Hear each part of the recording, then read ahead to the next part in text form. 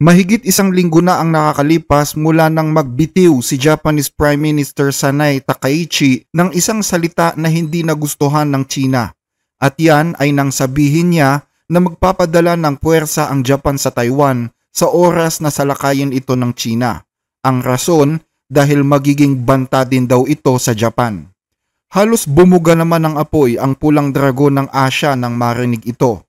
Maliban sa pagbabanta na pupugutan ng ulo ang Japanese Prime Minister dahil sa kanyang sinabi, pinagbawalan din ng China ang kanilang mga kababayan na pumunta sa Japan at pinayuhan pa na huwag tangkilikin ang mga produktong Hapon, lalo na ang mga seafood na nagbibigay sa Japan ng malaking kita.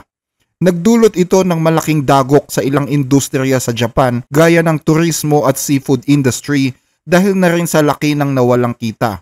Sa katunayan, batay sa report, nasa 540,000 travel reservations na ang nakansela mula noong November 15 at patuloy pa itong tumataas. Pero hindi naman nagpatinag ang Japan at sinabing hindi nila babawiin ang kanilang sinabi.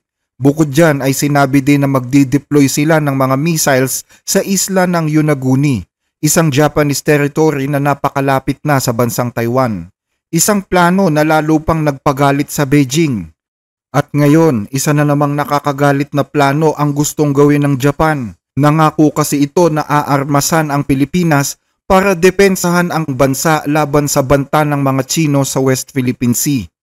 Pero bago po natin umpisahan, baka pwedeng humiling sa inyo ng like sa ating mga video, lalo na po kung nagugustuhan ninyo ang ating mga talakayan. Malaking tulong po ito hindi lang sa ating channel, kundi maging sa mga kababayan nating sinusuportahan ito. Maraming salamat po mga ka-blessed.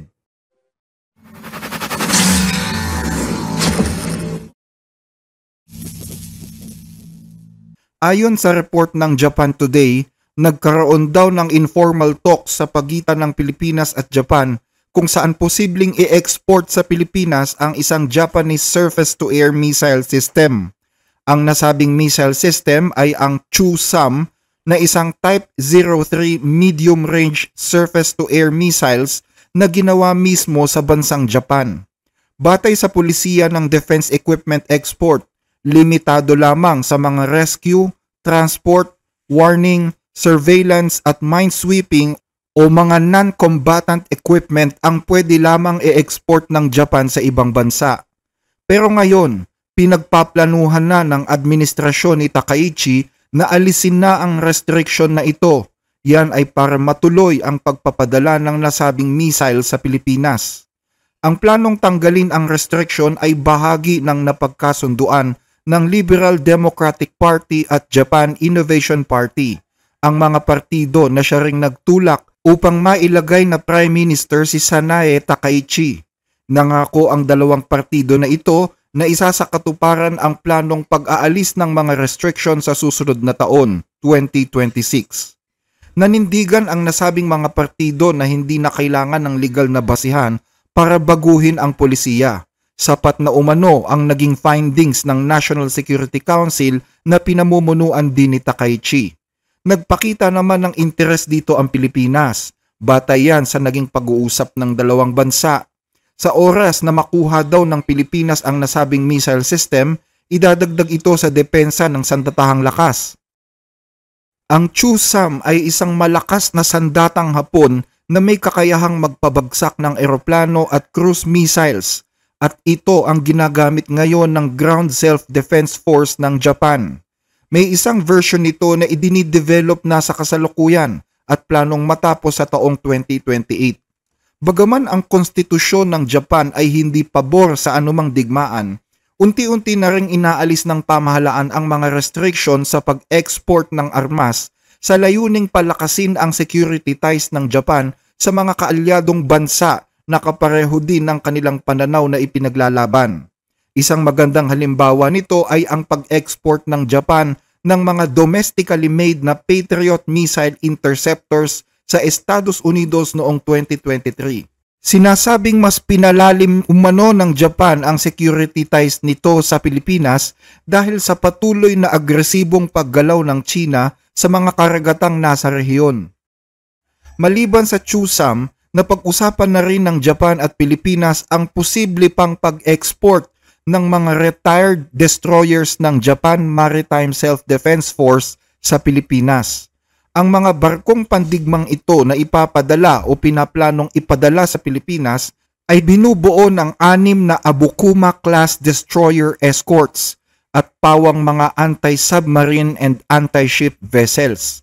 Armado ang mga ito ng iba't ibang anti-ship missiles, anti-submarine rockets, torpedoes, isang 76mm main gun at 20mm close-in weapon system.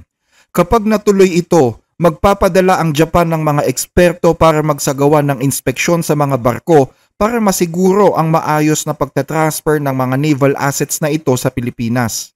Mahalaga ring tandaan na noong December 2024, naglaan ang Japan ng OSA o Official Security Assistance Package para sa Armed Forces of the Philippines na nagkakahalaga ng $101.1 million.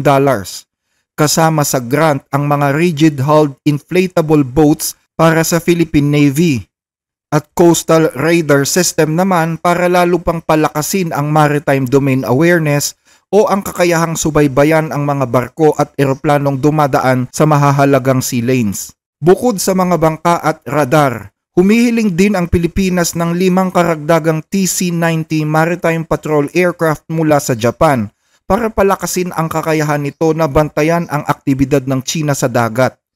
Bagaman hindi kayang lumaban ng mga eroplanong ito sa mga barkong pandigma ng China, makakatulong naman ito na makita ang mga naglalayag na barko ng China sa West Philippine Sea at magpasa ng mahahalagang impormasyon sa mga kaalyado. Pero naging mabilis ang sagot ng China sa pinaplano ng Japan at Pilipinas. Ayon kay Zhang Shunji, isang Chinese military affairs expert, ang mga hakbang na ito, gaya ng pagde-deploy ng missile system sa islang malapit sa Taiwan, ay parehong laban sa post-war restrictions at isang mapanganib na sinyales na muli na namang binubuhay ng Japan ang militarismo na magdudulot ng banta sa kapayapaan at katatagan ng rehiyon. Dagdag pa niya, maliwanag daw na sinasadya ng Japan na bigyan ng armas ang Pilipinas para palakasin ang loob nito na ipagpatuloy ang paggawa ng provokasyon at galitin ang China tungkol sa mga isla at bahurang pinagtatalunan sa South China Sea. Makakadagdag daw ito sa umiinit ng tensyon sa rehiyon. Noon palang buwan ng Hulyo, binatikos na ng Chinese Defense Ministry spokesperson na si Jiang Bin ang planong pagpapadala ng mga barkong Abukuma-class sa Pilipinas.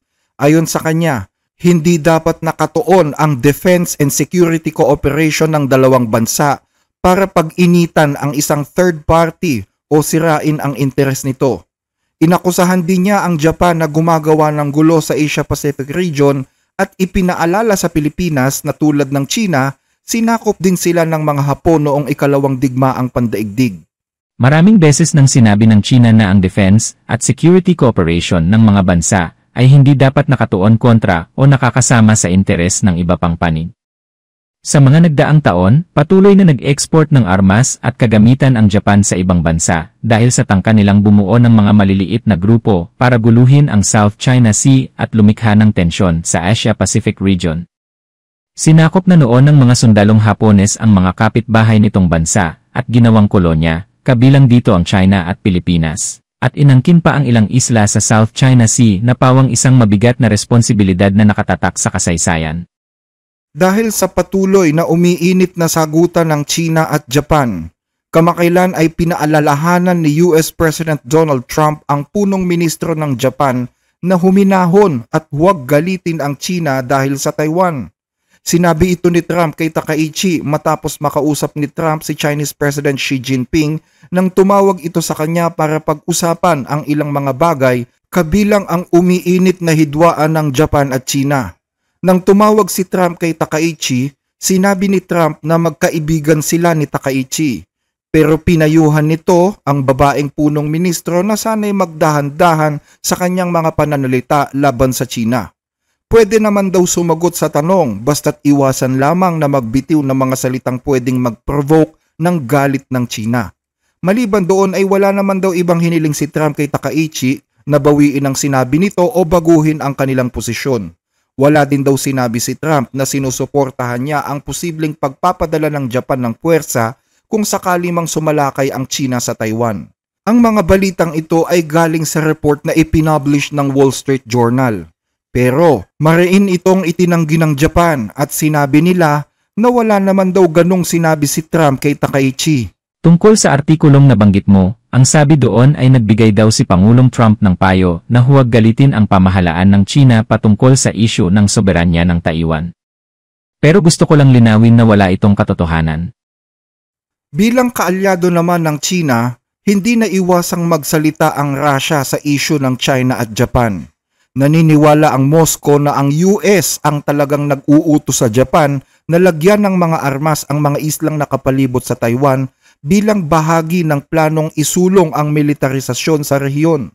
Sinabi pa ng Russia, mayroon daw silang karapatan na magbigay ng malupit na kasagutan sa plano ng Japan kapag naglagay ito ng missile system sa isang islang malapit sa Taiwan, na ang tinutukoy ay ang isla ng Yonaguni. Batay sa aming nakikita, muli na namang ginagawa ng Japan na military base ang mga teritoryong iyon dahil na rin sa utos ng Washington. Pinupuno nila ang mga ito ng mga armas na hindi lang pang-depensa kundi pang-atake din. Ang ganitong mga gawain ay lalo lang magpapainit sa sitwasyon ng regional security at panganib sa mga katabing bansa. Ipinapaalala lang namin na may karapatan kaming magbigay ng matigas na kasagutan kung sakaling maisakatuparan na ang mga plano ng Japan na may kinalaman dito. Gaya ng aming naibalita sa ibang episode, mayroon kasing plano ang Japan na maglagay ng mga missile system sa isla ng Yonaguni na napakalapit lang sa bansang Taiwan. Yan ay pagkatapos na bumisita doon ang Japanese Minister of Defense na si Shinjiro Koizumi.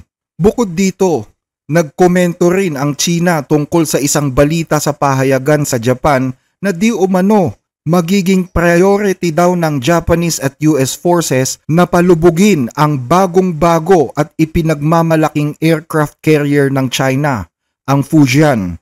Yan ay kung sakali man na sumalakay ang China sa Taiwan. Lumabas ang balitang ito noon pang unang linggo ng Nobyembre at sinabing wala itong kinalaman sa sinabi ni Takaichi tungkol sa Taiwan. Pero ayon sa tagapagsalita ng Chinese Foreign Ministry, panaginip lang daw kung totoo man ang balitang ito. Sa isang press con, sinabi ng tagapagsalita na si Jiang Bin na ito ay isang pantasya o ilusyon lang. Pantasya lang yan at sobrang pag-aangat ng sarili. Sa kasaysayan, may isang barkong pandigma ng China na tinatawag na Chiyo ang pinalubog ng Japan noong unang digmaang Chino at Hapones mahigit isang siglo na ang nakakalipas. Bahagi yun ng isang nakakahiya at mapait na kasaysayan ng China. Pero ang Fujian ay hindi Chiyo. At hindi ba dapat maulit pa ang kasaysayang iyon? Ang sino mang haamon sa pangunahing interes ng China ay siguradong mapapahamak. Ang Fujian ang pinakamalaking naval vessel at ikatlong aircraft carrier ng China na inilabas noong June 2022. Nauna na rito ang aircraft carriers na Liaoning at Shandong. Kaya nitong maglula ng nasa 50 hanggang 60 jet fighters. Ayon sa China, subok na daw ang kakayahan nito sa pakikipaglaban. Kaugnay pa rin ang balita sa Indo-Pacific, kung ayaw papuntahin ng China ang mga mamamayang Chino sa Japan, gusto namang palayasin ng mga taga South Korea ang mga tinagurian nilang hangal na Chino. Dahil daw yan sa panghihimasok ng mga pro-Chinese politicians sa South Korea na nagpapasa ng mga batas na lalong nagbibigay sa China ng mas malawak na impluensya sa kanilang bansa o mga pro-Chinese policy na naisasama sa mga batas ng South Korea. Dito sa Korea, bumoboto yung mga pro-Chinese politicians sa mga batas na pabor sa China, at lalong dinadagdagan din ang kapangyarihan nila. Ang kilusang ito ay para bawiin ang aming soberanya. Sumisigaw kami na palayasin na ang Partido Komunista para umalis na ring mga estupidong mga Chino. Maraming nang kamalian na ginawa ang mga Chino dito sa aming bansa. Nagtatapon sila ng basura sa mga kalye. Dumudumi sila kahit saan nila gusto. Pati mga organs ng mga South Korea, ninanakaw nila. Kapag nakita mo tong mga ganitong bagay, natural lang na mas lumaki pa ang galit sa mga Chino. Libo-libo ang sinasabing dumalo sa raling ito. Ramdam din ang kanilang galit na mas pinalalakas pa ng mga sulsol mula sa social media. Isa ang organ trafficking sa mga inaangal ng South Korea sa mga Chino sa kanilang bansa mula pa noong taong 2000. Mayroon kasing isang religious group noon sa South Korea na inakusahan ang pamahalaan ng China na kinukuha daw ang mga organs ng kanilang mga nakakulong na miyembro. Hindi sinakyan ng South Korean government ang balitang ito. Ayon sa kanila, bahagi lang ito ng anti-Chinese sentiment sa Korea na gusto pang lalong palalain. Pero marami pa rin ang naniniwala na laganap daw talaga ang organ trafficking sa South Korea na kinasasangkutan ng mga Chino. Mahigit 1 milyong Chino ang naninirahan ngayon sa South Korea at halos lahat sila ay nag-aalala na sa kanilang sitwasyon at sa dumadaming anti-Chinese comments online. Halimbawa ito, ang sabi dito, kailangan natin ng batas na nagbaban sa mga Chino na mag-post ng mga comments. Hindi ako mapalagay dito, parang hindi ko siya kayang basahin. Malinaw na ang rehiyon ng Asia Pacific ay nasa isang napakasensitibong yugto ngayon, kung saan ang bawat aksyon at binibitawang salita ng mga bansa ay posibleng humantong sa isang domino effect. Ang hinaharap ng rehiyon ay nakasalalay hindi lamang sa lakas ng militar, kundi sa kakayahan ng bawat bansa na makipagdiplomasya at makahanap ng balansing solusyon na hindi lalala ang sitwasyon.